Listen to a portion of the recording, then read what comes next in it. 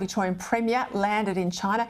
Pretty hastily organised official trip. I've done a few. They're usually planned weeks in advance and everyone knows about them. This was known about 24 hours before he took off and pretty secretive as well. It's the Premier's 7th trip to China since 2015. You consider the state here in Victoria locked down for 3 years. That's a lot of trips to Beijing. No media there.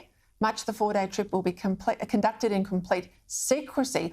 All we have today is a media release revealing the Premier is set to meet with our ambassador in China, fair enough, the Chinese Minister for Education and the Mayor of Beijing, but a closer look at one meeting in particular with the Vice President of the Chinese People's Association for Friendship with Foreign Countries. Well, that's certainly raised a few eyebrows. This group's been accused of malign international influence by the US State Department, and in 2020, under Mike Pompeo, tore up the agreement. He said the group had sought to directly and malignly influence US State Department and other leaders to promote China's global agenda. You can see why he doesn't want the media there. Let's bring in someone who can pull this all apart. Michael Shoebridge. Michael Shoebridge, thank you. He's the Director now of Strategic Analysis Australia. Michael, this group that he's met with today, Chinese People's Association for Friendship with Foreign Countries, sounds benign, but it's not, is it? No, Peter, it's not. This is a key part of the Communist Party's United Front outfit, which the US State Department and China analysts have said is a key way that the Chinese Communist Party seeks to co-opt and influence foreign governments and their officials, including state and territory level outfits like Victoria. So it's by no means benign. Xi Jinping has called the United Front the Communist Party's magic weapon, so he certainly thinks it's effective. Give me a sense, I made the point there, 7 trips to China, consider Victoria as locked down, 7 trips since 2015. I think there's places in Victoria like Mildura he wouldn't have been to 7 times in the same period in his own state. This is a trip by a state premier, so not a national leader. It's been hastily organised, the media's banned. How often have you seen that?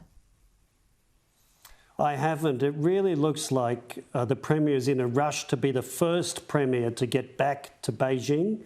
And unfortunately, meetings like this one with this United Front outfit perpetuate the image that Dan Andrews is an uncritical partner of the national government in Beijing.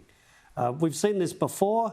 The previous federal government had to force him to cancel his deal with the national government in Beijing over the Belt and Road Initiative, one of the Communist Party's key initiatives. So at least he should acknowledge the risks when he has meetings like with this outfit we've seen on his program today.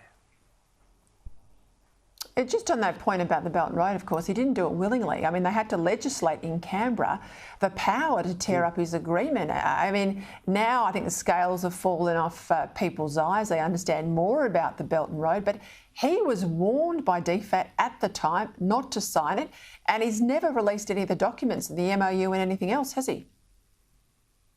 No, so I think we've really got to hear from Dan Andrews that he's learnt from that experience. He knows that when he meets with officials in Beijing, they're pursuing all of China's interests and all the Communist Party's interests. They want to co-opt him to advocate the Chinese government line back here, and they want to drive wedges between state governments like his with Canberra.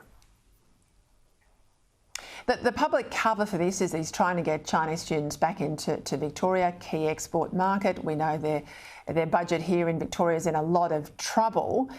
But there's no evidence that the Chinese students haven't come back. I mean, from what I've looked at in recent days, they've well and truly returned to Australia. So why the special trip? It just looks like a rush to be first back there, to say he's open for business. He certainly, if he wanted it to be about tourists and students, he should have taken some tourist industry and university leaders along.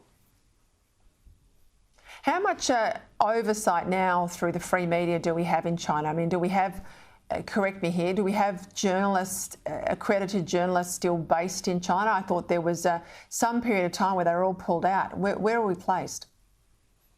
They're still not allowed in. So there's no free media as part of this visit. The visit is totally in the hands of Chinese state media. Australian journalists working on China are in Taiwan.